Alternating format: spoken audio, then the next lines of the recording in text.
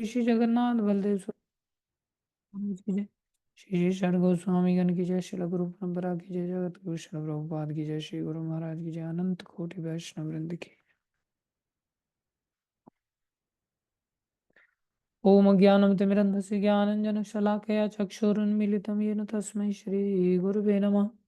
श्रीचैतन्यमनोभीष्टं स्थापितं येन भूतले स्वयं रूपकदा मह्यं ददाति स्वपदान्तिकम्। वन्दे सागरजातं सगनारघुनाथान्वितं तं सजीवं साद्वैतं सावधूतं परिजन सहितं कृष्ण चैतन्य देवं श्री राधा कृष्ण पदान सैगन ललिता श्री विशाखान्वितांश। हे कृष्ण करुणा सिंधु दीनबंधो जगतपते गोपेश गोपिका कांत श्री राधा कांत नमस्तुते। तप्त कांचन गौरंगी राधे वृंदावनेश्वरी वृषभानुसुते देवी प्रणमामि हरिप्रिये। वाञ्छाकल्पतरुभ्यश्च कृपा सिन्धुभ्येव च पतितानां पावनेभ्यो वैष्णवेभ्यो नमो नमः। जय श्री कृष्ण चैतन्य प्रभु नित्यानंद श्री अद्वैत गदाधर शिवासादि गौर भक्तवृंद। हरे कृष्ण कृष्ण कृष्ण हरे हरे, हरे राम राम राम हरे हरे। हरे कृष्ण कृष्ण कृष्ण हरे हरे, हरे राम राम राम हरे हरे। हरे कृष्ण कृष्ण कृष्ण हरे हरे, हरे राम राम राम हरे हरे। गुरुवे गौरचंद्राय राधिकाय तदालय कृष्णाय कृष्ण भक्ताय तद्भक्ताय नमो नमः। हरे कृष्णा। सभी भक्तों का हार्दिक अभिनंदन है, स्वागत है। और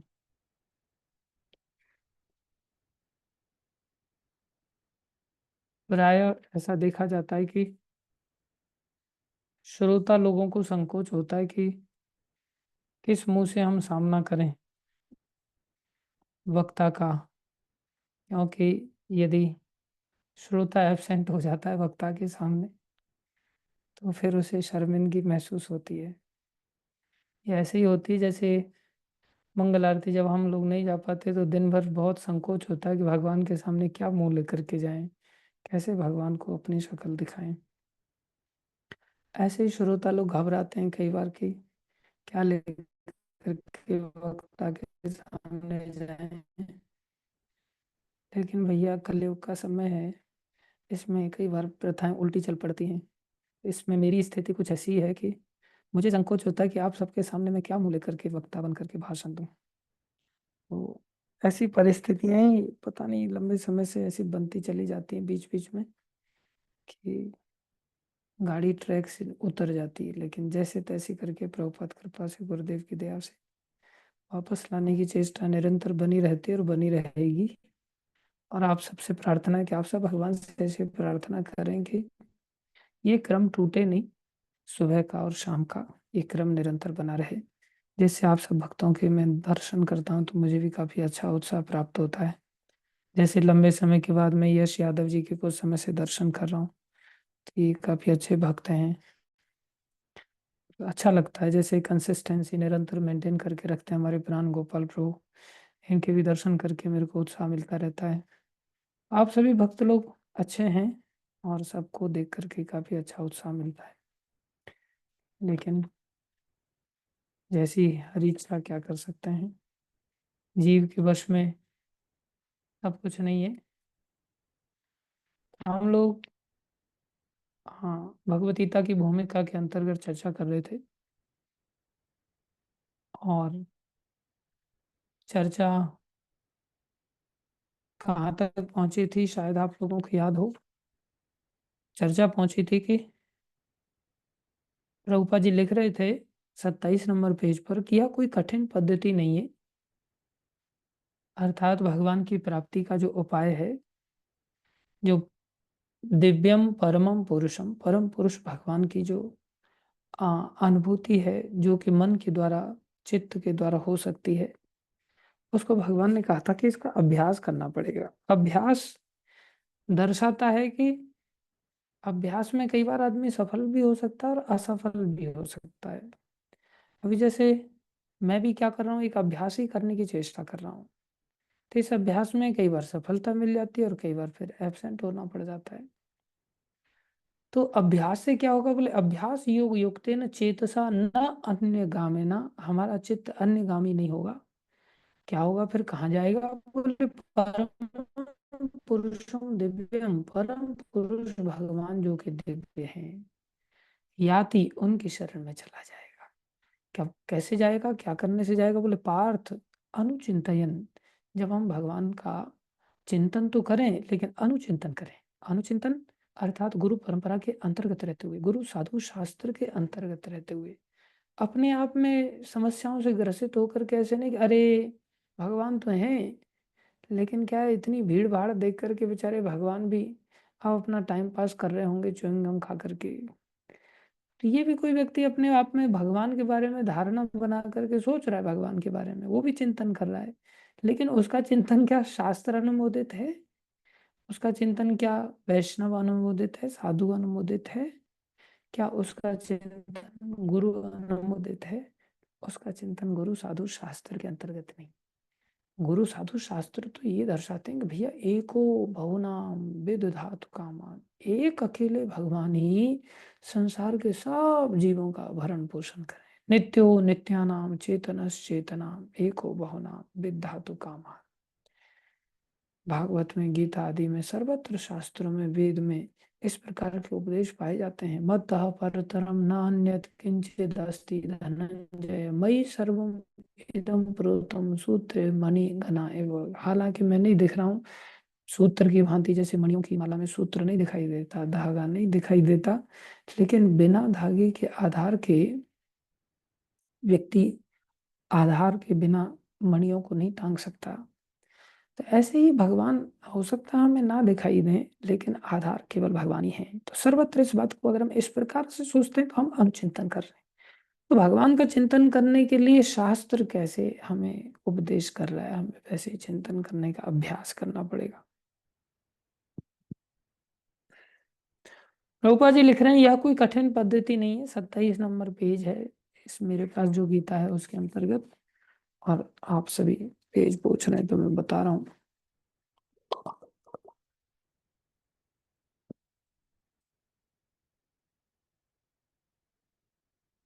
यह कोई कठिन पद्धति नहीं, लेकिन इसे किसी अनुभवी व्यक्ति से सीखना चाहिए। तद विज्ञानार्थम स गुरु में अधिगच्छेत्, गुरु का आश्रय लेते हुए जानना होगा। मनुष्य को चाहिए कि जो पहले से अभ्यास कर रहा हो उसके पास जाए। मन सदैव इधर उधर भटकता रहता है, किंतु मनुष्य को चाहिए कि मन को भगवान श्री कृष्ण के स्वरूप पर या उनके नामोच्चारण पर केंद्रित करने का अभ्यास करे। देखो ये बहुत बड़ी विशेष बात है। हम गुरुजनों के आदेश पर, साधुजनों के आदेश पर, शास्त्र के आदेश पर अपने मन को भगवान में या भगवान के नाम में लगाने की चेष्टा करते हैं, लेकिन ये आसानी से लगता नहीं है। इसको मन चंचल है ना, धैर्य नहीं है इसके अंतर्गत। जब धैर्य नहीं तो इसको सब चीजें चुटकी में चाहिए, चुटकी में थोड़ी मिल जाती हैं। अगर आपको सर्वश्रेष्ठ चीज चाहिए तो सर्वश्रेष्ठ वस्तु के लिए आपको बहुत ज्यादा कीमत चुकानी पड़ेगी, और कीमत ही नहीं, आपको समय सीमा के रूप में भी कीमत चुकानी पड़ती है। अगर आपने हायर एजुकेशन लेना है तो आपको 6 महीने का कोर्स नहीं होते वो, कई साल लग जाते हैं, 4 4 साल लग जाते हैं। तो डिपेंड करता है, एक तो पैसा भी ज्यादा लगता है, ऊपर से समय भी ज्यादा लग जाता है। तो हमारा मन है ना, ये आसानी से स्वीकार नहीं करता। जैसे एक भक्त की सच्ची घटना है। एक भक्त को उनके गुरुजी ने कहा, बेटा तो ये हरे कृष्ण महामंत्र जप ले, और हरे कृष्ण महामंत्र जपने से भगवान सब इच्छाओं की पूर्ति करते हैं। और रोज कहा भी जाता है कि हम उन वैष्णवों पर प्रणाम करते हैं, उन वैष्णवों को प्रणाम करते हैं जो कल्पतरु वृक्ष के समान सबों की इच्छाएं पूर्ण करने में समर्थ हैं। रोज सुबह में इस बात को हम गाते हैं, जिन्होंने सारी दुनिया के पतित जीवों का उद्धार कर दिया, पतितों पर जो विशेष रूप से दयालु है, रोज बोलते हैं। लेकिन ये बात अनुभव में थोड़ी आ जाती है आसानी से, और उतना समय हमारे पास धैर्य का मन धरने नहीं देता। तो एक भक्त था जिसको गुरुजी ने बोला कि भाई तुम जप किया करो, महामंत्र का जप किया करो। जप करने लग गया, 3 4 साल 5 साल उसके बीत गए। 4 5 साल बीत गया, वो सोच रहा है यार न तो मेरे को भगवान ने कभी दर्शन दिए, ना मेरे को तो भगवान ने कोई सिद्धियां दी ना, मेरे अंदर ऐसी कोई शक्ति आई कि मैं किसी को आंखों से घूर करके देख लूं तो सामने वाला व्यक्ति टपक ही जाए। मतलब ऐसा ताकत आ जाए शराब वराब देने की, वरदान देने की, कोई ताकत भी नहीं आ रही है। होता है ना, आदमी ऐसी अपेक्षा करता है कि अब तो मैं किसी को कोई बात बोलूंगा तो मेरी बात टाल ही नहीं सकता, और अगर टाल दिया तो बोले मैं उसको छोड़ूंगा नहीं, तक्षक से ही कटवा दूंगा सीधा। ऐसा श्राप देने के लिए हर व्यक्ति सोचता है कई बार। लेकिन फील होता है कि ताकत आ ही नहीं रही है उस व्यक्ति के अंदर। देखो, हम लोगों को समझ नहीं है। गीता में भगवान ने कहा है, अनन्य चिंतयन्तो माम ये जना पर्युपासते तेषां नित्य अभियुक्तानां योगक्षेमं वहामि अहम्। भगवान का दर्शन अलग अलग स्तर पर अलग अलग तरीके से होता है। एक दर्शन होता है योगक्षेमम वहामि अहम, जब हम भगवान का चिंतन करते हैं तो भगवान हमारी आवश्यकताओं की पूर्ति करते हैं, और साथ में हमारे जो पास जो कुछ है उसकी रक्षा भी करते हैं। तो ये क्या है? ये भी भगवत अनुभूति है ना। हम कौन सा कमाने के लिए जा रहे हैं? अब जैसे एक भक्त जो कि, हाँ, कई बार साथ में रहते हैं, भक्ति करते हैं, तो लोगों से मिलना जुलना पड़ता है, तो लोगों को प्रसाद वितरण करते हैं, तो प्रसाद वितरण करते हैं तो भक्त लोग कई बार टेंशन में आ जाते हैं, सारा प्रसाद तो खत्म हो गया, पैसा है नहीं, अभी कहाँ से प्रसाद आएगा। तो एक भक्त मेरे को कहते हैं कि प्रभु जी मैं बहुत टेंशन में था कि डब्बे सारे जो लेके आए थे वो तो खत्म हो गए, अभी दूसरों को देने के लिए कुछ है ही नहीं हाथ में, और खत्म होते जा रहे हैं, कहाँ से व्यवस्था बनेगी, कौन ला करके देगा। और खत्म हुए नहीं उससे पहले कई सारी गिनती में भगवान ने दूसरी जगह से अरेंजमेंट करा दिया और डब्बे आ गए। तो क्या भगवान ये प्रत्यक्ष रूप से नहीं हमें अनुभूति करा रहे हैं, योगम दे रहे हैं? और मैं मन ही मन सोच रहा था कि हमें गुरुजी से मिलना है, लेकिन डब्बे तो आए लेकिन गुरुजी के लायक नहीं आए, बढ़िया सा एकदम गुरुजी को दे पाए कुछ विशेष गिफ्ट, दीपावली का कुछ गिफ्ट, ऐसा विशेष आइटम देने की चेष्टा करें। आए तो थे लेकिन मन में ऐसा कोई सेटलमेंट नहीं बन पा रहा था कि ये गुरुजी के लिए लायक स्तर का है क्या। फिर सोचे कि चलो कोई नहीं, कहीं से अरेंजमेंट करेंगे, खरीद लेंगे, कोई ना कोई व्यवस्था कर लेंगे। लेकिन मन में आ ही रहा था तो भगवान ने बहुत बढ़िया अरेंजमेंट कर दिया, अपने आप ही भगवान कर देते हैं। तो ये सब चीजें भगवान करते हैं, इसको कहते हैं योग। देखो, ढोंग ढांग करने पर भी भगवान अरेंजमेंट करते हैं। अभी ये हमसे कोई ऐसा रहता है, ढोंग ढांग करने का प्रयास रहता है, गुरु जी के प्रति कोई ऐसा प्रेम नहीं, लेकिन उसमें भी भगवान अरेंजमेंट करते हैं। तो ये जो भक्त था ये भी एक दर्शन ही है, जो हम नहीं समझ पाते। शास्त्र ऐसा स्तर बताता है कि पहले स्तर पर इसी प्रकार से दर्शन होते हैं, जब कोई शरणागत अनन्य भाव से भगवान की ले लेता है या झूठ मूठ की शरणागति ले लेता है, उसमें भी भगवान योगक्षेम तो करते ही करते हैं। उसके बाद फिर अलग अलग स्तर के दर्शन हैं। तो ये भक्त सोच रहा है अपने मन में कि यार मेरे को कोई अनुभूति नहीं हो रही है, कोई सिद्धि विद्धि कुछ मिल नहीं रही है, तो एक दिन उदास होकर के एक पेड़ के नीचे जा करके बैठ गया, और पेड़ के नीचे सर एकदम से आदमी रख लेता है ना हाथ पर, इस प्रकार से उदास हो जाता है। तो ऊपर एक लकड़हारा लकड़ी काट रहा था, तो अचानक से उसकी कुल्हाड़ी जिससे लकड़ी काट रहा था वो नीचे गिर गई। जब नीचे गिर गई तो ऊपर से लकड़हारा कहता, अरे भैया तो नीचे बैठा है, नीचे से कुल्हाड़ी पकड़ा दे जरा। तो ये कहता खुद ही फ्रस्ट्रेटेड था, बोले अरे यार तू आकर के ले जा खुद से तेरी कुल्हाड़ी। तो ये कहता मैं आऊंगा जाऊंगा, मेरे को काफी टाइम लग जाएगा, तू नीचे से पकड़ा देगा तो तेरा तेरा क्या घिस जाएगा, इतना नहीं कर सकता क्या? बोले इतना करने भी जाऊंगा तो ऊपर देखा उसने तो देखा बहुत ऊंची डाल पर बैठा हुआ है। बोला मैं यहाँ से नीचे से कैसे पकड़ाऊंगा तेरे को? बोले तू खाली कुल्हाड़ी को अपनी ओर रख करके उसका जो बेंत है उसको मेरी ओर करके तू ऊपर उठा तो सही, बाकी व्यवस्था हो जाएगी। जैसे ही इसने उठाया, ऊपर से इतनी ऊंची डाल पर बैठा था, उसने हाथ किया नीचे की ओर तो उसके हाथ में से एक हाथ निकला, और हाथ में से इतना लंबा हाथ निकला कि नीचे तक आ गया उसका हाथ सीधा। जैसे मेरा हाथ आप तक पहुंच रहा होगा, देखो आ रहा है कि नहीं, चल चल के आ रहा है कि नहीं, सब तक पहुंच रहा होगा। हाथ में से हाथ निकल रहा है, देख देख रहे हो कितना बड़ा हाथ है, खत्म ही नहीं हो रहा है। तो हाथ में से हाथ निकला और उसने कुल्हाड़ी ले ली। तो उसको बड़ा आश्चर्य हुआ कि ये इतना शक्तिशाली, इसके पास ऐसा विशेष चमत्कार। उसने पूछा, भैया और भी कुछ चमत्कार दिखा सकता है? तो उसने सैकड़ों चमत्कार दिखा दिए। उसको बड़ा आश्चर्य हुआ। बोले ये सब कैसे तू कर सकता है? बोले मैंने मसान को सिद्ध किया है। मसान होता है शमशान घाट पे, एक देवता होता है जो शमशान का देख रेख करता है, उसे मसान कहते हैं। जैसे भूत प्रेत होते हैं ना, ऐसे ही एक मसान भी होता है। तो बोले मसान को तुमने कैसे सिद्ध किया? बोले मंत्र से। वो इसको दिमाग घुमा कि मंत्र में ताकत होती है क्या? बोले क्यों नहीं होती, देख नहीं रहे हो मैं कितने सारे चमत्कार दिखा दिए मसान के द्वारा। बोले मसान से तुम क्या करवाता? बोले ये मेरा आदेश मानता है, मैंने इसको अपने नियंत्रण में कर लिया है। तो बोले यार मेरे को इस हरे कृष्ण महामंत्र से तो वैसे भी कुछ नहीं हो रहा था, तुम एक काम कर, तू मसान वाला ही मंत्र दे दे मेरे को। तो बोले मंत्र तो दे दूंगा, लेकिन इसको जप करने के लिए हिम्मत चाहिए। बोले हिम्मत क्या चाहिए? बोले मुर्दे आदमी के ऊपर बैठ के जपना पड़ेगा।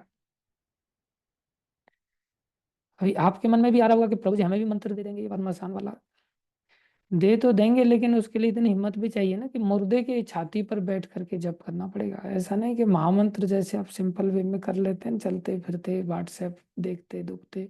भगवान ने कोई देश काल आदि का कोई नियम ही नहीं रखा ना। उसने तो नियम रखा, भैया छाती पे बैठना पड़ेगा। पहले तो मुर्दा लेके ही कहाँ से आओगे? तो उसने कहा कि चल यार, सिद्धि तो मिलेगी ना? बोले सब सिद्धि मिल जाएगी तेरे को, पूरा उसको कंट्रोल में कर लेगा तो। बोले सिद्धि मिल जाएगी तो अच्छी बात है, मैं करूंगा, लेकिन मेरे को मुर्दा कहाँ से मिलेगा? बोले मुर्दे का इंतजाम मैं मसान से करवा लूंगा, मसान तो मेरे नियंत्रण में है ना, उतनी मैं तुम्हारी सहायता कर दूंगा। तो बोले दे दो मंत्र। भैया उसने मंत्र ले लिया। अब ये कोई गप नहीं है, आप ऐसा सोचें, ये सत्य घटना है। तो उसने एक मुर्दे का अरेंजमेंट कर दिया और वो शमशान में जाकर के मुर्दे की छाती पर बैठ करके जप करने लग गया। अब जप कर रहा है, कर रहा है, कर रहा है, करते करते करते करते उसका मंत्र सिद्ध हो गया। और उसने बताया था कि देखो, जब ये मंत्र सिद्ध हो जाएगा ना, तुम्हारी आंखों के सामने एकदम से दिव्य तेज दिखाई देगा, अद्भुत प्रकाश दिखाई देगा। और वो तुम्हें वरदान मांगने के लिए कहेगा, समझ लेना वो मसानी और कोई नहीं। अच्छा, वरदान मांगने के लिए कहे, प्रियंका माता बहुत ध्यान से सुन रही है, सोच रही है मेरे सामने कब ऐसा प्रकाश के रूप में प्रकट होगा। होगा तुम्हारे सामने भी, चिंता मत करो, हिम्मत थोड़ी जुटानी पड़ेगी उसके लिए। तो एकदम से बोले प्रकाश हो जाएगा तो पूछेगा तुमसे कि भाई मैं, तुम सब प्रसन्न हो, तुम वरदान ले लो। तो बोले फिर क्या? उसको बोलना कि भाई तू मेरे वश में हो जा, यही वरदान चाहिए, और जब मेरे को जरूरत पड़ेगी तो तेरे से काम ले लूंगा।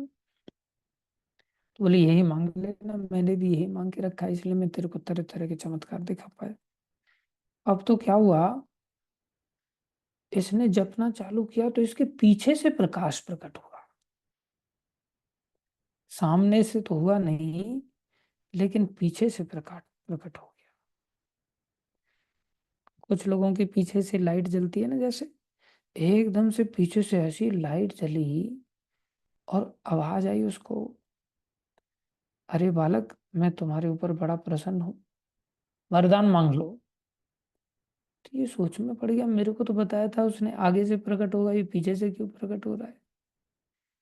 तो बोले मैं वरदान तो मांग लूंगा, लेकिन पहले ये बताओ कि तुम पीछे से क्यों आए, आगे से क्यों नहीं आए? बोले अरे भैया, तुम इतने अच्छे वैष्णव हो क्योंकि तुमने 2-4 साल हरे कृष्ण महामंत्र का जप किया है, तो तुम्हारी आंखों में इतनी ताकत आ गई है कि मैं तो शमशान घाट का एक देवता हूँ, जो कि भूत प्रेतों के तमोगुनी देवता लोग होते हैं, और तुम तो सतोगुण से ऊपर के भगवान विष्णु के भक्त हो, गुणातीत भगवान के भक्त हो। इसलिए तुम्हारे अंदर जो महामंत्र तुमने जप किया है अपने गुरुदेव के कहने पर, उस जप के कारण तुम्हारे अंदर वो सामर्थ्य आ गई है कि मैं तुम्हारी आंखों के सामने प्रकट भी नहीं हो सकता। मैं जो भी बात कर सकता हूँ तुमसे केवल पीछे से ही बात कर सकता हूँ, सामने आकर के बात नहीं कर सकता। और होता है। आप देखो कई बार हम गुरु वैष्णवों के सामने चले जाते हैं तो झूठ बोलने की ताकत बचती है क्या फिर हमारे अंदर? हम गुरु जी के सामने झूठ नहीं बोल पाते।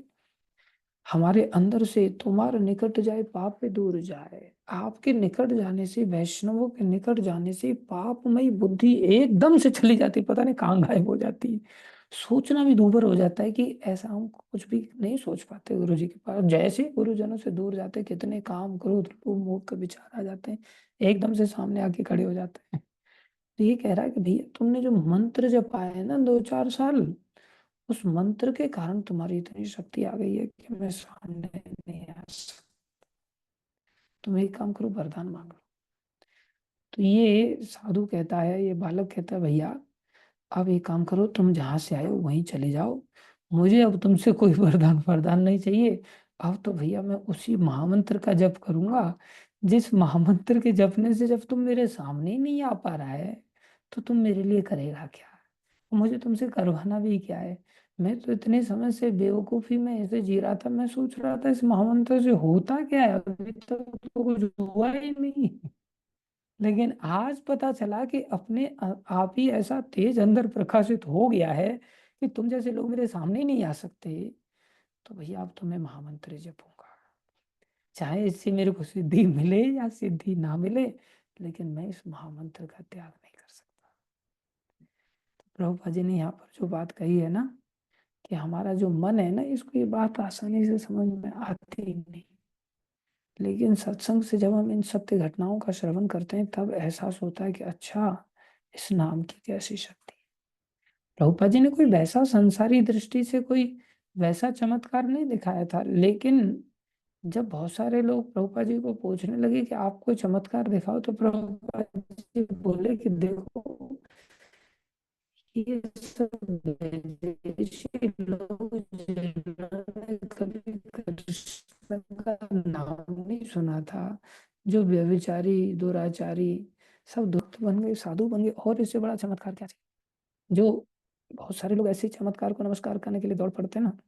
तो जो बागेश्वर वाले जो महाराज हैं, जो प्रचार निकाल निकाल करके लोगों को आकर्षित करते हैं अपनी ओर, लोग आकर्षित भी होते हैं। उन्होंने प्रभुपाद जी के बारे में क्या कहा? बोले मैं तो लोगों को नचाता हूँ, बुलाता हूँ डरा करके, कि भाई भूत प्रेत आदि की बाधा है, और मैं ठटरी बांध देता हूँ डरा करके, और तब जा करके ये लोग ठटरी बन जाती है इनकी, तब ये सब लोग करते हैं। अब यहाँ तक खींचे चले आते हैं और अपना अपना काम बनता है, और फिर भाड़ में जाए जनता, अपने आप वापस भी लौट जाते हैं। कोई जीवन समर्पित नहीं करता है, लेकिन प्रेम से जो सबको नचा दे, बोले वो ताकत प्रभुपाद जी जैसे संतों की थी, जो प्रभुपाद जी ने करके दिखाया। सारे संसार को केवल इस हरे कृष्ण महामंत्र की धुन पर नचा दिया और सबको जीवन समर्पण करा दिया। कैसी सामर्थ्य थी प्रभुपाद जी की। तो हमें सीखना चाहिए कि मन कैसे नियंत्रित हो जाता है, कैसे प्रभुपाद जी ने सबको नियंत्रण में ले आए थे। लेकिन धैर्य धारण करना, ये सबसे बड़ा चमत्कार था। मन सदैव इधर उधर भटकता रहता है, किंतु मनुष्य को चाहिए कि मन को भगवान श्री कृष्ण के स्वरूप पर या उनके नामोच्चारण पर केंद्रित करने का अभ्यास करे। देखो, एक बहुत बड़ी बात हम समझें, मन भटक क्यों रहा है? मन भटक अनादि काल से रहा है, और आज से ही नहीं, अनंत काल से मन भटकता आ रहा है, और आज तक भी ये मन भटक ही रहा है। क्यों भटक रहा है? क्योंकि मन को कोई ऐसी चेयर मिली नहीं जिस चेयर पर बैठ करके मन शांति का अनुभव करे, जिस जगह पर बैठ के मन विश्राम को प्राप्त हो जाए। अब कोई टेंशन नहीं है, अब यहाँ मैं पूरी तरह से सेटिस्फाइड हूँ। ऐसा कोई स्थान, ऐसी कोई वस्तु, ऐसा कोई व्यक्ति, ऐसी कोई परिस्थिति मन के लिए है ही नहीं संसार में। होती तो अब तक हमारा मन कहीं ना कहीं टिक चुका होता। हाँ, टिकता है 2-4 साल, 10-20 साल के लिए भले टिक जाए, लेकिन आखिर में तो मन उचट ही जाता है ना। टिकाऊ कोई संसार में वस्तु ही नहीं है। बोले टिकाऊ चीज एक ही है, वो है भगवान श्री कृष्ण, और उनका नाम उनसे अभिन्न है, तो वो उनके नाम पे भी जाकर के टिक जाएगा। ये बात की घोषणा माता देवकी ने जब भगवान उनके गर्भ से प्रकट हुए जेल के अंदर, तब स्तुति के रूप में कही थी। और माता देवकी ने कहा था, प्रभु जीव बेचारा भाग रहा है, भयभीत होकर के भाग रहा है। अब देखो, आत्मा को अपने आप में इतना भय नहीं होता जितना मन को भय होता है। अब हम सब मन में ही तो डरे रहते हैं। बोले अनादि काल से, काल के भय से जीव काल रूपी अजगर के भय मिला, और भागते भागते भागते भागते हाँ पर आए, लेकिन विश्राम नहीं मिला। लेकिन आपके दर्शन मात्र से, आपके चरणों का आश्रय लेकर के जो विश्राम प्राप्त होता है वो दुनिया में कहीं है ही नहीं। इसलिए न चाहते हुए मन भटकेगा कब तक, जब तक कि मन को कहीं टिकने की जगह न मिले। केवल भगवान श्री कृष्ण के नाम में, केवल भगवान श्री कृष्ण के गुणों में, केवल भगवान श्री कृष्ण की लीलाओं में, केवल भगवान श्री कृष्ण के धाम में, केवल भगवान श्री कृष्ण के जनों में यही टिक सकता है मन, और कहीं टिकने वाला भी नहीं। वहां अभ्यास करें ना फिर हम, जहां आखिर में टिकने वाला है ही नहीं, उल्टा उखाड़ देगा सब कुछ। जहां भी हम टिकाने का प्रयास करेंगे तो भाव तो चंचल है, इधर उधर जाता रहता है, लेकिन यह कृष्ण की ध्वनि पर स्थिर हो सकता है, और कोई जगह पर स्थिर हो भी नहीं सकता है। इस प्रकार मनुष्य को परमम पुरुषम अर्थात दिव्य लोक में भगवान का चिंतन करना चाहिए और उनको प्राप्त करना चाहिए। चरम अनुभूति या चरम उपलब्धि के साधन में भगवत गीता में बताए गए हैं, और इस ज्ञान के द्वारा द्वार सबके लिए खुले हैं। क्या बूढ़ा, क्या बालक, क्या पढ़ा लिखा, क्या अनपढ़, क्या ऊंची जाति, क्या नीची जाति, क्या देशी, क्या का चिंतन करके उनके पास पहुंच सकते हैं। क्यों? उनका श्रवण तथा चिंतन हर एक के लिए संभव है, हर एक के लिए संभव है। कोई के बालक के लिए कैसे संभव है? अरे बालक को के लिए भगवान ने ऐसी सुंदर सुंदर चोरी लीलाएं की हैं। बच्चे लोग चोरी तो करते ही रहते हैं, कुछ ना कुछ, दो चार पैसे की सही, लेकिन चोरी तो करने की आदत बच्चों में पाई जाती। वो कृष्ण को आइडियल बना सकते हैं? कृष्ण एक्सपर्ट चोर है। तो सब व्यक्ति अपने अपने जीवन में किसी न किसी को आइडियल बनाते हैं। बच्चे भी कृष्ण का चिंतन कर सकते हैं। चाहे उनको कुछ भी समझ में आए, गीता के श्लोक, भागवत के श्लोक कुछ आए या ना आए, लेकिन लीलाएं तो भगवान की समझ में आती हैं। किसी को भी कहानियां तो अच्छी लगती हैं।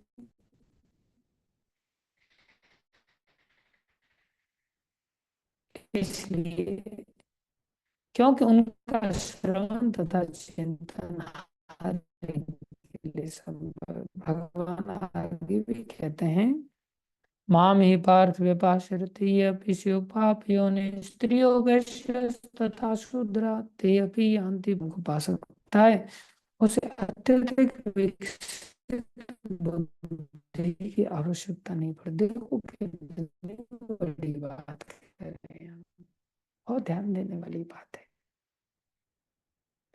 प्रभुपाद जी कह रहे हैं, उसे अत्यधिक विकसित बुद्धि की आवश्यकता नहीं पड़ती। क्या इसका अर्थ ये निकालना चाहिए?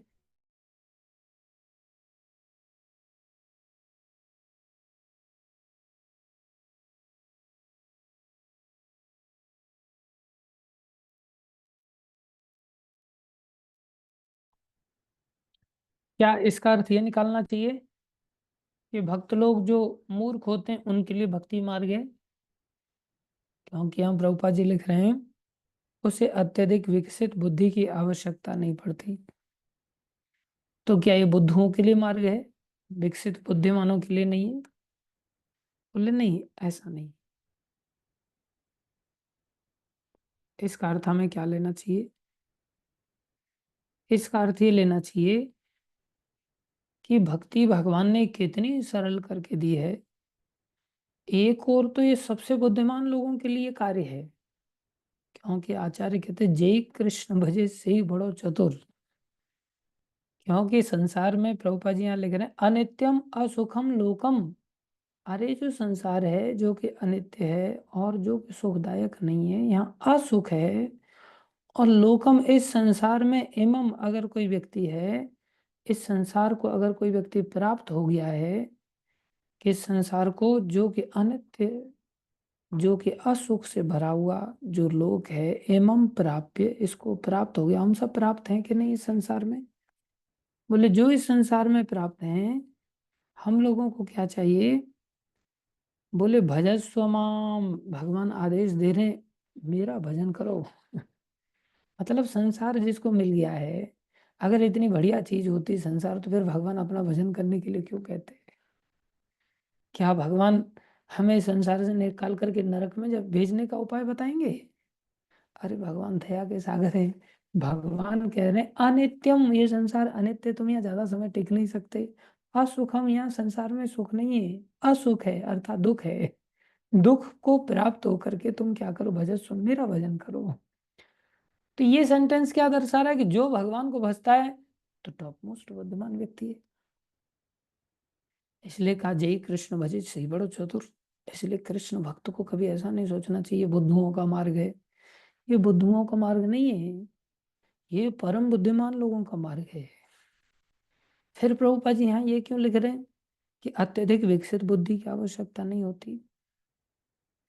इसका अर्थ है संसारी दृष्टि से, अब जैसे हम इतने सारे लोग कथा श्रवण कर रहे हैं, या मैं कथा कह रहा हूं आप लोगों को, संसारी दृष्टि से जिनको बुद्धिमान माना जाता है, भाई इसने आईआईटी का एग्जाम क्रैक कर दिया, ओहो कितना इंटेलिजेंट, इसकी ये रैंक आ गई, इसने तो भैया पीसीएस निकाल दिया, इसने तो आईएएस क्रॉस कर दिया, एग्जाम क्रॉस कर दिया इसने तो, अरे ये तो विदेश जाने के लिए भी क्वालिफाई कर गया अपने आप।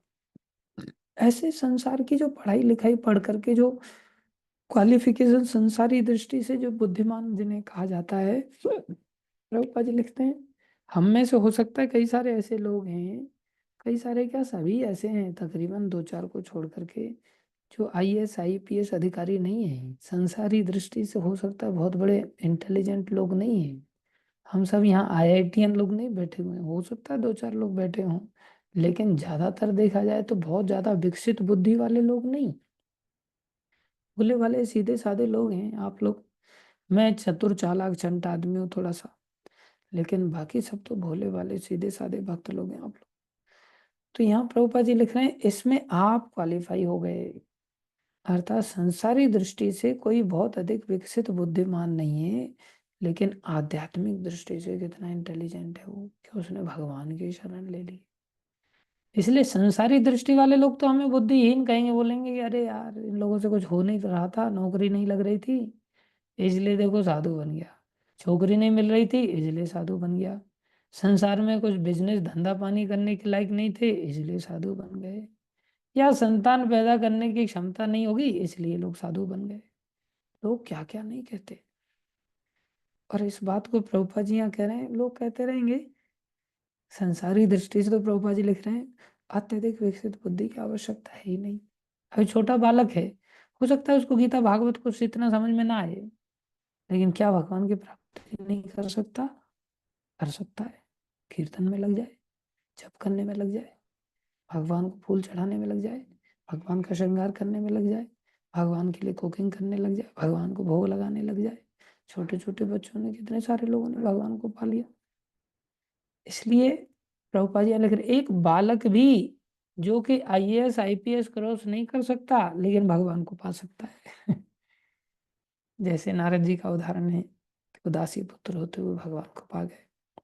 बात यह है कि जो कोई भक्ति योग के सिद्धांत को स्वीकार करता है, लेकिन इतना बात जरूरी है, भक्ति योग का सिद्धांत बस स्वीकार करने की जरूरत, ये नहीं सारी रामायण खत्म हो जाए और फिर अचानक से स्कूल में आकर के कोई बाहर का प्रिंसिपल वगैरह कोई पूछे बच्चों को, अच्छा बच्चों ये धनुष किसने तोड़ा? कसम से सर मैंने नहीं तोड़ा, माँ कसम सर मैं तो पानी पीने चला गया था, मैंने नहीं तोड़ा। इसने तोड़ा होगा, ये बैठा रहता है यही था, ये इसने तोड़ा होगा, दोस्त की ओर इशारा करके वो छोटा सा बालक कह रहा है इसने तोड़ा होगा, मैंने नहीं तोड़ा, कसम से सर मैंने नहीं तोड़ा। तो एक वो बालक है जिसको इतना समझ नहीं है, ऐसे ही अगर पूरा लेक्चर होने के पश्चात भी हमारे जीवन में संबंध और अभिधेय का ज्ञान अगर नहीं हुआ, संबंध ज्ञान क्या कि भैया श्री कृष्ण हम सबके पिता हैं और हम उनके अंश होकर के उनकी संतान हैं। कृष्ण परमात्मा है, हम छोटी सी आत्मा है, हम उनके अंश हैं। एक तो ये संबंध ज्ञान जीवेर स्वरूप होए, हम कृष्ण के नित्य अंश हैं। तो अभिधेय क्या है बोले सेवा करना, हम उनके दास भी हैं, इसलिए हम उनकी सेवा करेंगे। उनको जैसे तैसे करके सेवा के जो श्रवणम कीर्तनम विष्णु स्मरणम पाद सेवनम अर्चनम बंदनम दास्यम साख्यम आत्मनिवेदन के जो 9 अंग हैं, इन 9 अंगों से हम उनकी सेवा करेंगे। बस ये 2 चीजें समझनी। भक्ति का सिद्धांत यही क्लियर हो जाता है। भक्ति का सिद्धांत क्या है? संबंध ज्ञान, ये मैं तो श्री कृष्ण का हूं और श्री कृष्ण मेरे हैं। फिर चाहे दास रूप में, शांत रूप में, साख्य रूप में, वात्सल्य रूप में, माधुर्य रूप, जैसे तैसे भी हम मान लें, सबसे पहली चीज तो दास्य रूप में ही मानने की चेष्टा करना चाहिए। अगर कोई इस बात को समझे, फिर क्या करना है बोले मुझे सेवा करना है, कृष्ण की सेवा के लिए बने हैं बस हम। और कोई हमारे जीवन का लक्ष्य है ही नहीं, सिर्फ ये 2 बातें समझ। मैं कृष्ण का हूँ, ना मैया जी मेरे हैं, ना पिताजी मेरे हैं, ना भैया जी मेरे हैं, ना संसार में ताऊ जी मेरे हैं, ना ताई जी मेरे हैं। हाँ, ऊपर से व्यवहारिक जगत में हमें ये सब चीजें दिखानी पड़ती हैं, बोलनी पड़ती हैं, लेकिन अंदर से ये बात हमारे दिमाग में होनी चाहिए कि इनमें से कोई हमारा नहीं है, हमारे तो केवल भगवान श्री कृष्ण है। अंदर से मेंटली ऐसी प्रिपरेशन हमारी होनी चाहिए। अगर मेंटली हमारी ऐसी प्रिपरेशन है, फिर दी बेस्ट है। फिर हमने भक्ति के सिद्धांत को समझ लिया जो यहाँ पर वर्णन कर रहे हैं प्रभुपाद जी।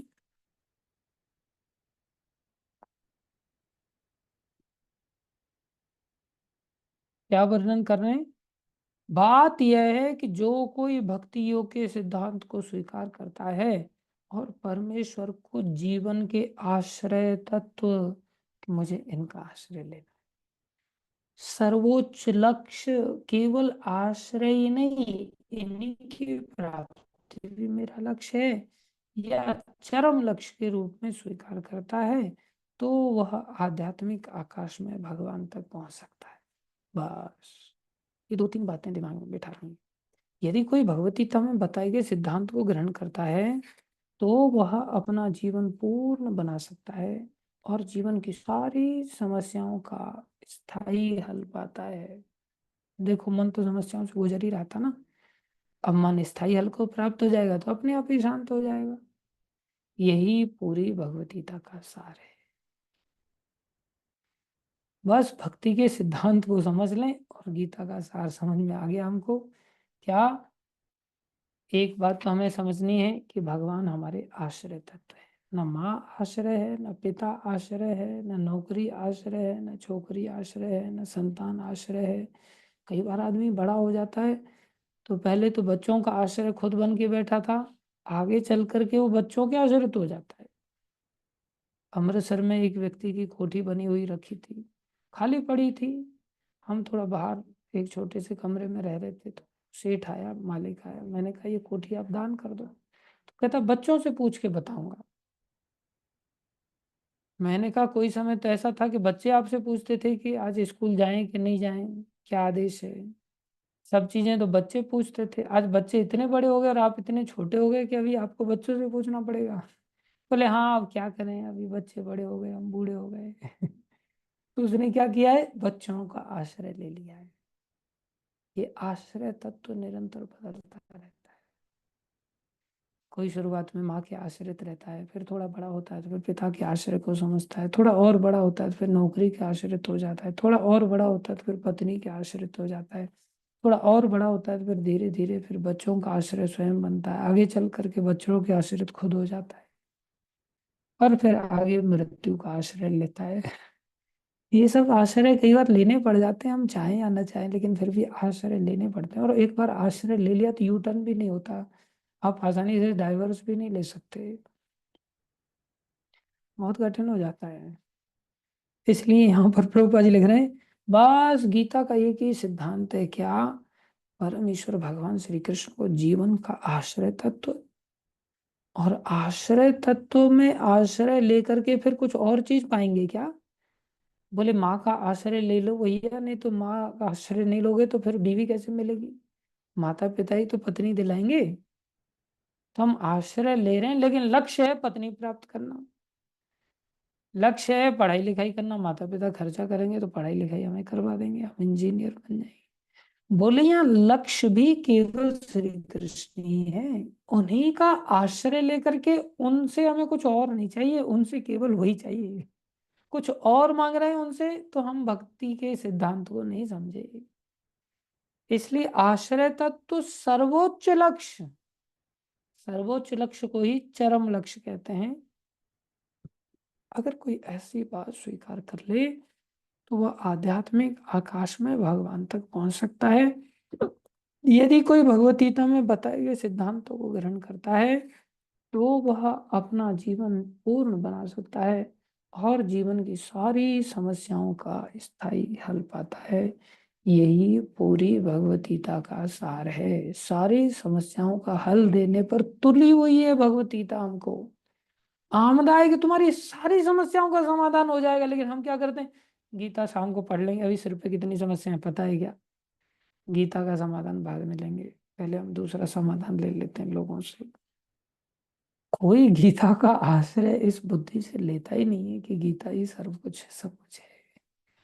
वो तो, हाँ, गीता पांडा जी थे जो पांडा बन करके उन्होंने ऐसा आश्रय लिया था भगवत गीता का कि घर में कुछ नहीं था फिर भी गीता में बोले डिस्टरबेंस नहीं होनी चाहिए पढ़ने के लिए, इसलिए वो समुद्र के किनारे जाकर के गीता पढ़ते थे और उनका नाम गीता पांडा ही पड़ गया। ऐसा आश्रय उन्होंने भगवत गीता कर लिया। इसलिए जीवन की सारी समस्याओं का हल इसमें मिल जाता है, यही सार है। सारांश यह है कि भगवत गीता दिव्य साहित्य है जिसको ध्यान पूर्वक पढ़ना चाहिए।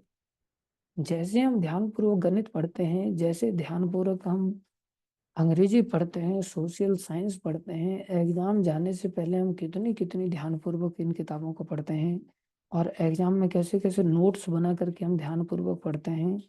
लेकिन गीता को कैसे पढ़ते हैं, गीता को पढ़ने भी बैठेंगे, पता है कि चश्मा पहना हुआ है तो आंखों का असलियत तो पता चलेगा नहीं कि आंखें खुली हैं बंद हैं। इसलिए आधी खुली आधी बंद करके समाधिस्थ होकर के गीता पढ़ते एकदम से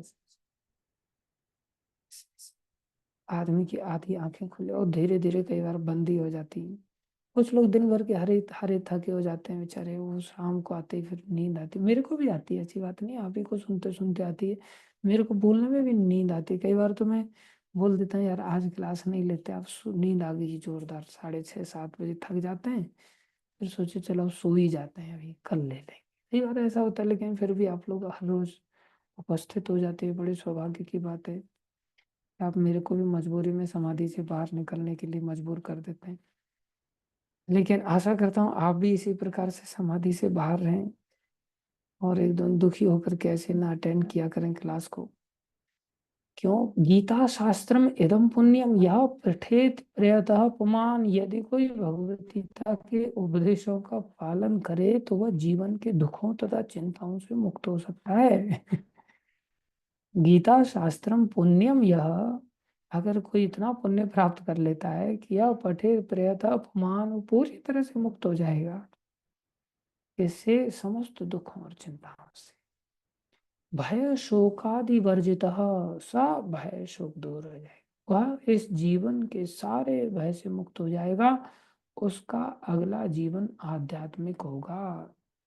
देखो,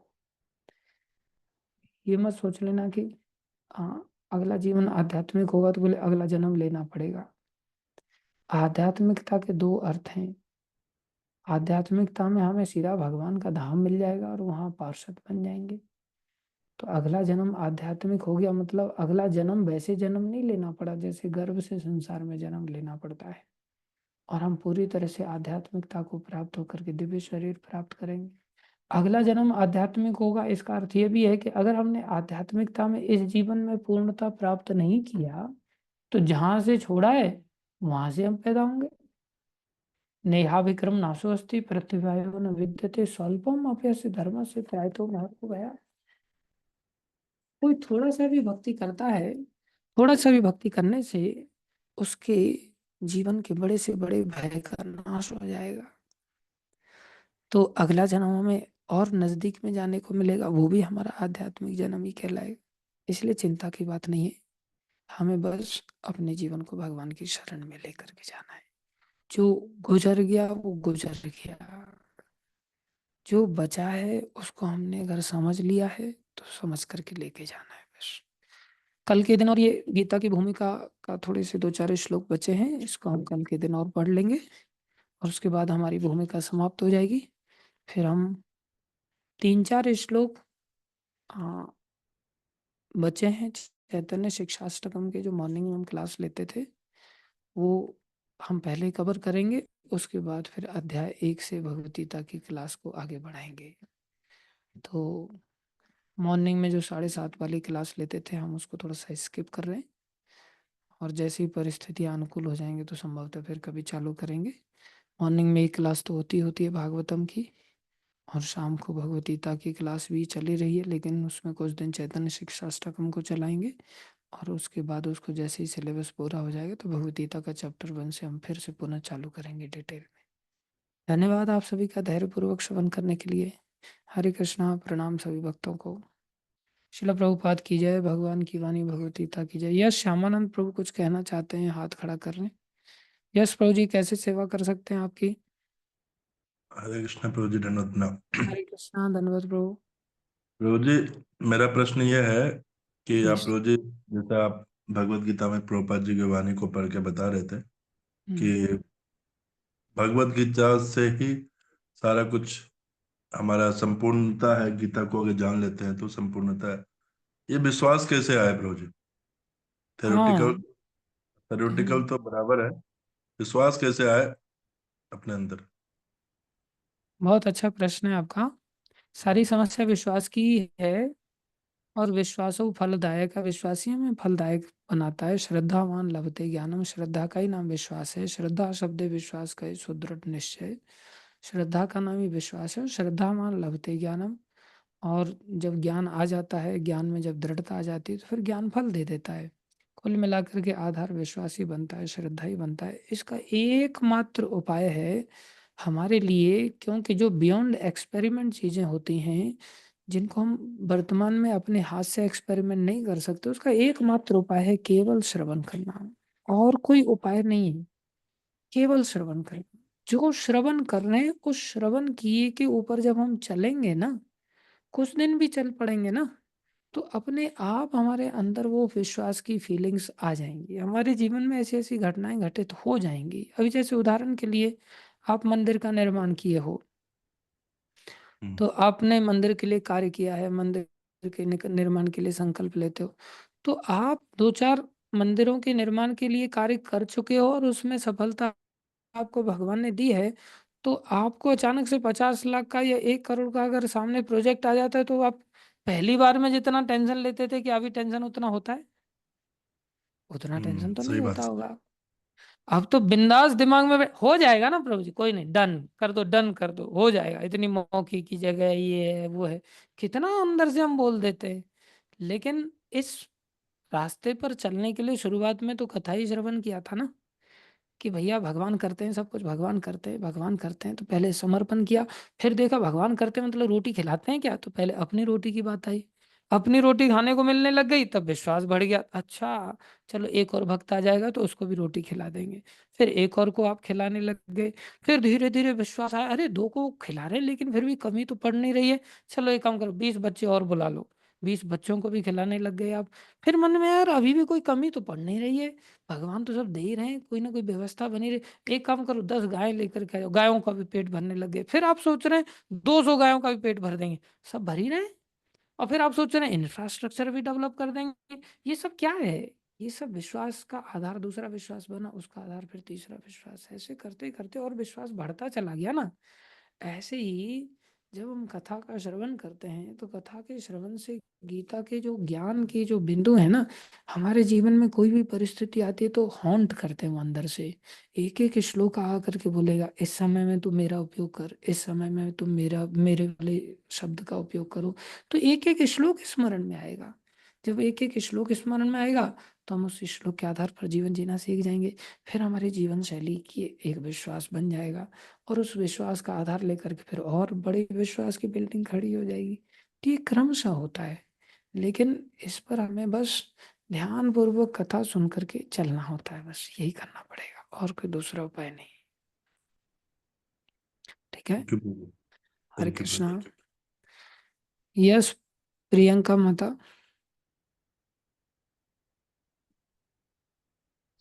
हरे कृष्ण प्रभु जी, दंडवत प्रणाम। धन्यवाद, प्रणाम।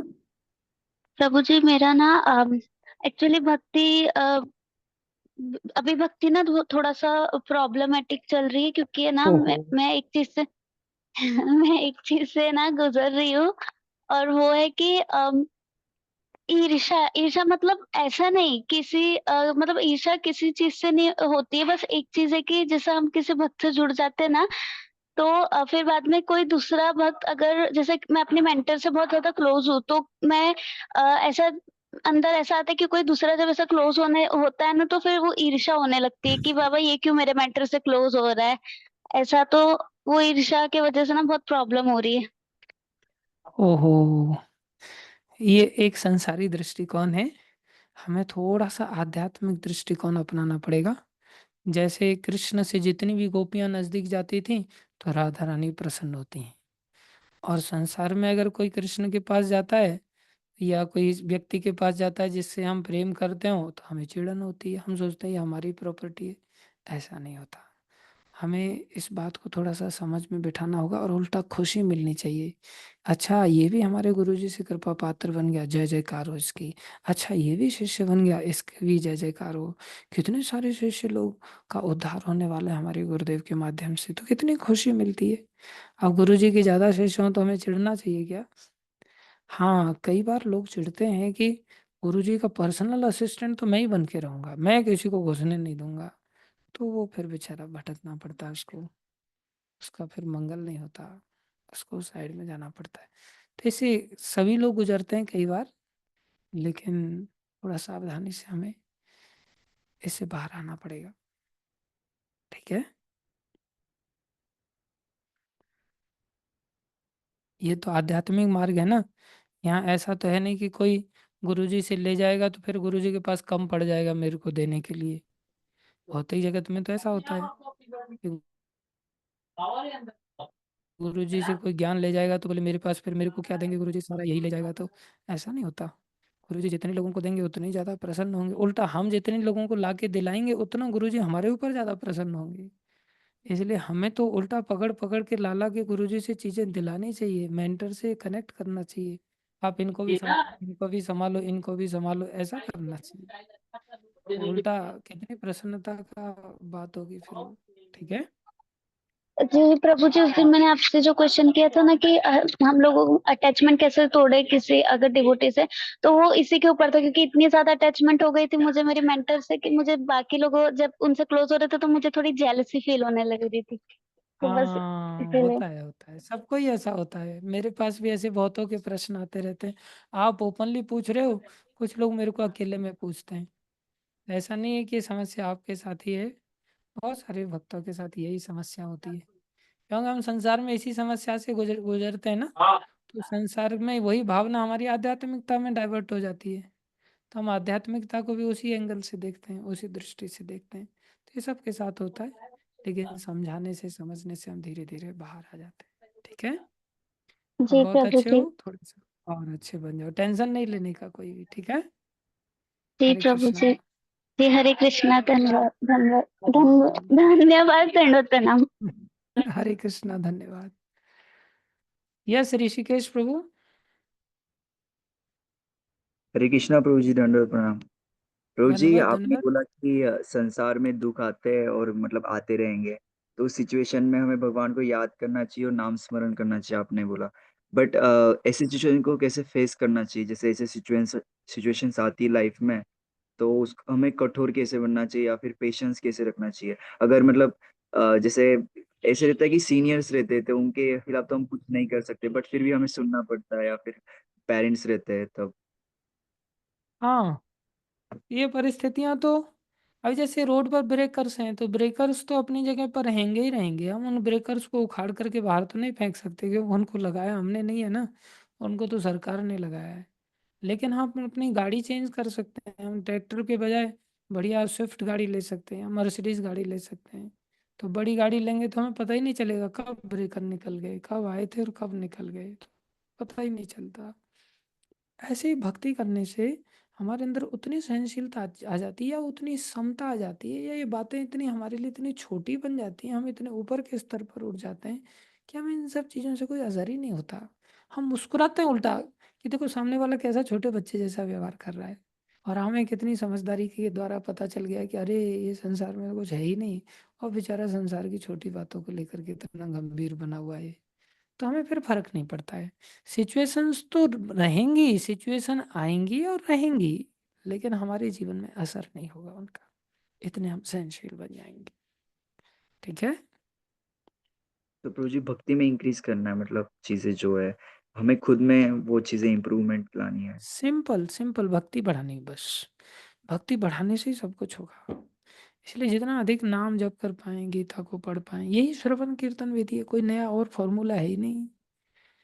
इसलिए तो ये पढ़ाई बहुत आसान है ना। ऐसा नहीं कि 6 महीने बाद नया रिसर्च करके नया फॉर्मूला निकल के आ गया, चलो चलो चलो अब उसको पढ़ो, अभी तक जितना पढ़ा था उसे कचरे में फेंक दो, और अभी नया कुछ रिसर्च किया है प्रभु जी ने, अभी अभी लॉन्च किया, नोबेल प्राइज भी मिल गया उस पर, अभी जा करके उस सिलेबस को पढ़ते हैं, ऐसा कुछ है ही नहीं। तो कितना अच्छा है ना भक्ति, सिंपल है भक्ति बढ़ानी बस। यस राम गुप्ता माता जी। थैंक यू प्रभु जी। हरे कृष्ण। हरे कृष्ण।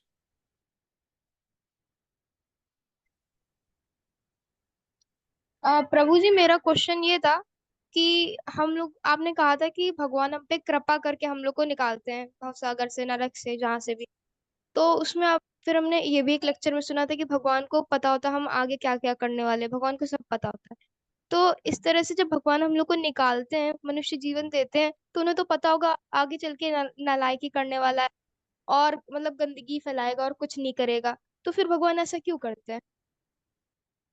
कैसा क्यों करते, निकाल के क्यों ले जाते उसको? अनम्यूट करके रखो।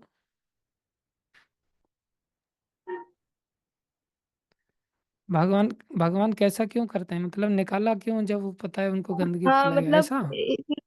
ऐसे ही कह सकते हैं, जब इतना ही नालायकी करनी थी, वहीं जाना था दोबारा, और मतलब पहले तो एक कॉन्शियसनेस लेवल था, और मनुष्य जीवन में थे तो और डिग्रेड हो जाता है कॉन्शियसनेस लेवल, तो फायदा ही क्या हुआ? हाँ, बहुत अच्छा प्रश्न है आपका। देखो भगवान की दया है ना। अब जैसे माता पिता जानते हैं कि कई बार ये बदमाशी करेगा ही करेगा, फिर भी माता पिता एक चांस लेते हैं, क्योंकि माता पिता उसको अपना मानते हैं, उस पर इतनी दया करते हैं, इसलिए बार बार उसको चांस लेकर उसको चॉइस देते हैं। और दूसरा चीज, भगवान को पता तो सब कुछ होता ही है, और भगवान के सैंक्शन से ही सब कुछ होता है, लेकिन फिर भी भगवान ने सबको छोटी सी स्वतंत्रता भी दे रखी है, कि स्वतंत्रता का सदुपयोग करेगा तो भगवान को बहुत आनंद आता है, क्योंकि स्वतंत्रता के बिना तो प्रेम संभव है ही नहीं। इसलिए भगवान को पता होते हुए भी भगवान बारंबार बारंबार बारंबार दया करते हैं। तो भगवान सर्वज्ञ बन के न्यायाधीश बन करके भी काम करते हैं, न्यायाधीश बन करके परमात्मा रूप से काम करते हैं, लेकिन दयालु बन करके वो भगवान रूप से काम करते हैं। तो जब दयालु बन करके भगवान रूप से काम करते हैं, उस समय में उनकी कृपा शक्ति जीत जाती है। वो जानते हैं कि बदमाश है, लेकिन फिर भी कृपा शक्ति इतनी दयालु हो जाती है कि न्याय शक्ति को साइड में कर देती है। जैसे भगवान को कौन बांध सकता है, ये तो भगवान भी जानते हैं कि मेरे को कोई बांध ही नहीं सकता, लेकिन यशोदा मैया ने बांधने का प्रयास चालू कर दिया। अब भगवान भी जानते हैं भगवान को नहीं बांधा जा सकता, और यशोदा मैया को भी सामने दिखाई दे रहा है कि इनको बांध ही नहीं पा रही हूं मैं, और सुबह से लेकर के शाम तक ये प्रयास चलता रहा। और भगवान क्यों नहीं बंध पा रहे हैं? क्योंकि भगवान की शक्ति है। कौन सी शक्ति है? बोले सर्वव्यापकता की शक्ति है। भगवान सर्वत्र हैं, भगवान सर्वशक्तिमान है, तो सर्वशक्तिमानता की जो शक्ति है वो शक्ति क्या कर रही है, बार बार यशोदा मैया को बाधा पैदा कर रही है, जिसकी वजह से यशोदा मैया बांध ही नहीं पा रही। लेकिन कृपा शक्ति ने शाम तक ये नाटक देखा और बाद में कृपा शक्ति ने डंडा मार दिया और धक्का मार दिया न्याय शक्ति को, तुम साइड में हो जाओ, अब तो इनको बांधना ही पड़ेगा। तो भगवान की कृपा शक्ति के वशीभूत खुद हो जाते हैं वो, और कृपा शक्ति के वशीभूत होकर के वो ऐसा कार्य करते हैं, तो खुद बन जाते हैं और बार बार दया करते हैं जीव के ऊपर। और जीव फिर भी अपनी निखट्टू आदतों को नहीं सुधार पाता और निखट्टूपना दिखा देता है। जैसे मैं अपने आप में दिखाता रहता हूँ, कई बार बदमाशी करता रहता हूँ, तो ऐसे ही लेकिन फिर भी भगवान दया है। तो यही तो फायदा है जो भक्त को मिलता है, इसलिए भगवान कृपा करते हैं। ठीक है।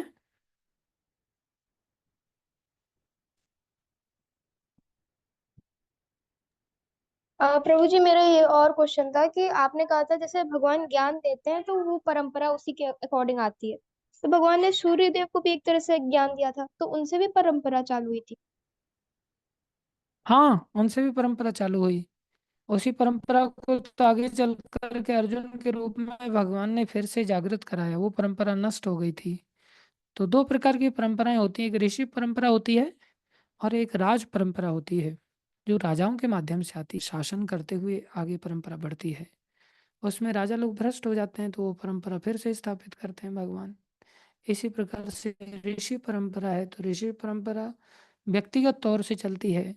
राज परंपरा बड़े विशाल स्तर पर चलती है, तो उस पर संभावना रहती है कि वो जल्दी नष्ट हो जाती है, लेकिन ऋषि परंपरा इतना आसानी से नष्ट नहीं होती। तो ये दो प्रकार की परंपराएं होती हैं, भगवान स्वयं स्थापित करते हैं। ठीक है। जी प्रभु जी, थैंक यू। हरे कृष्ण, दंडवत प्रणाम। हरे कृष्णा हरे कृष्णा, हरि बोल। यस, कंचन बोला माता जी।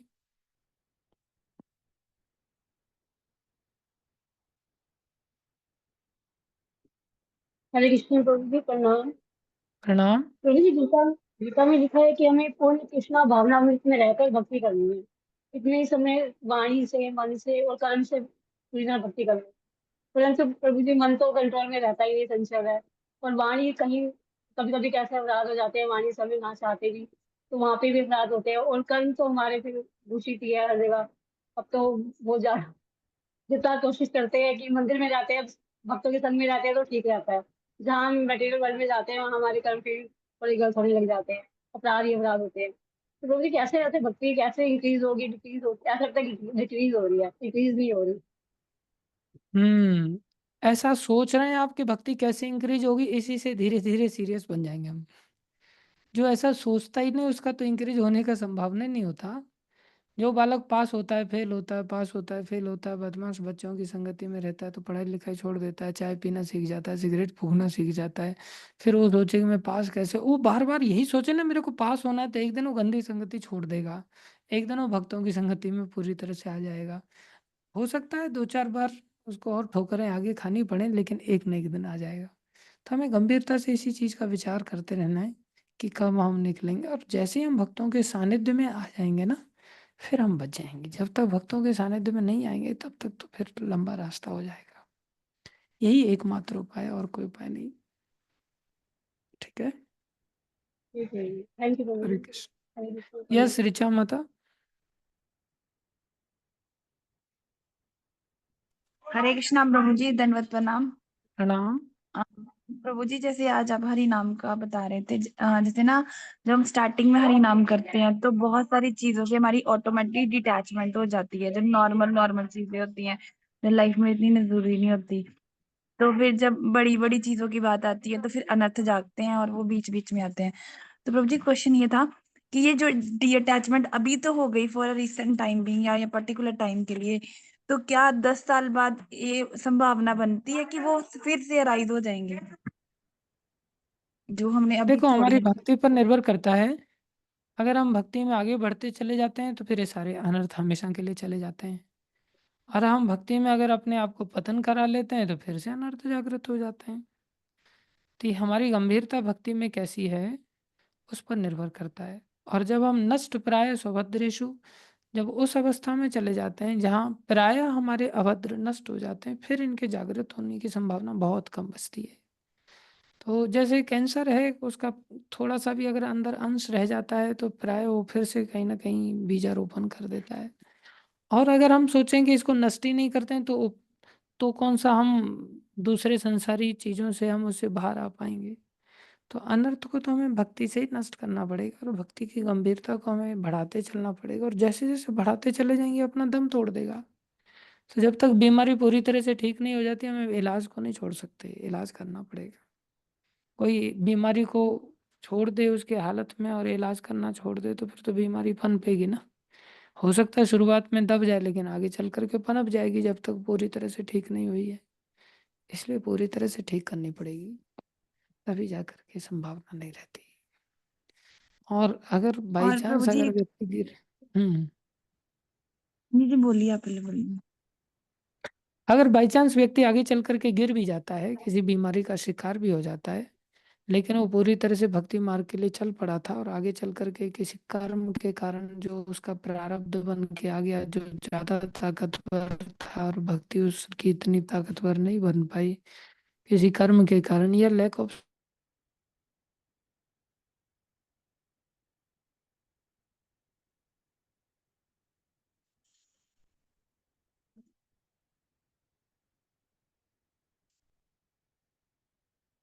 तीसरे में जाते हैं, चौथे में जाते हैं, फिर घूम फिर करके वहीं संसार में चले जाते हैं। लेकिन फिर भी उनको नहीं है, जीवन तो भक्ति का ही जीवन है, तो फिर वो भक्तों के संपर्क में आते हैं। फिर धीरे-धीरे वहाँ से उठते हैं, तो एक दिन ऐसा आता है कि फिर गिरते नहीं, दूध का जला छाछ को भी फूँक-फूँक करके पीता है। इसलिए 2-4 बार गिरना-उठना ऐसा होता रहता है। इन सब चीज़ों को लेकर के हमें बहुत ज़्यादा टेंशन लेने की ज़रूरत नहीं है, और टेंशन लेकर के भी हम कुछ कर नहीं सकते, क्योंकि ना जन्म हमारे हाथ में, ना मृत्यु हमारे हाथ में, ना काम हमारे हाथ में, ना क्रोध हमारे हाथ में, ना लोभ हमारे हमारे हाथ में है क्या? कुछ भी हमारे हाथ में नहीं है। जब कुछ हमारे हाथ में है ही नहीं तो टेंशन लेकर के भी करेंगे क्या? कुछ नहीं कर सकते। जिसके हाथ में उसका भजन करें, बस उसकी प्रार्थना करें। वो जब पटक दे तो गिर जाने का, जब उठा दे तो उठ जाने का, टेंशन क्या लेने का? लेकिन इतना भरोसा करने का, वो दयालु हैं, वो पटकना नहीं चाहेंगे, वो तो हमेशा ही उठाना चाहते हैं। इसलिए उनकी लीलाओं को सुन कर के विश्वास के साथ उनका आश्रय लेना चाहिए। जी, थैंक यू सो मच प्रभु जी, धन्यवाद। हरे ये कृष्ण। बड़ा अच्छा एक्सप्लेनेशन था, काफ़ी कुछ इससे क्लियर हो गया। थैंक यू चलो, सो मच चलो। प्रभु जी। हरे हरे कृष्णा। कृष्ण। धन्यवाद सभी भक्तों का धैर्यपूर्वक श्रवण करने के लिए। श्रील प्रभुपाद की जय, भगवान की वाणी भगवत गीता की जय, अनंत कोटि वैष्णव वृंद की जय, आप सब भक्तों की। हरे कृष्ण।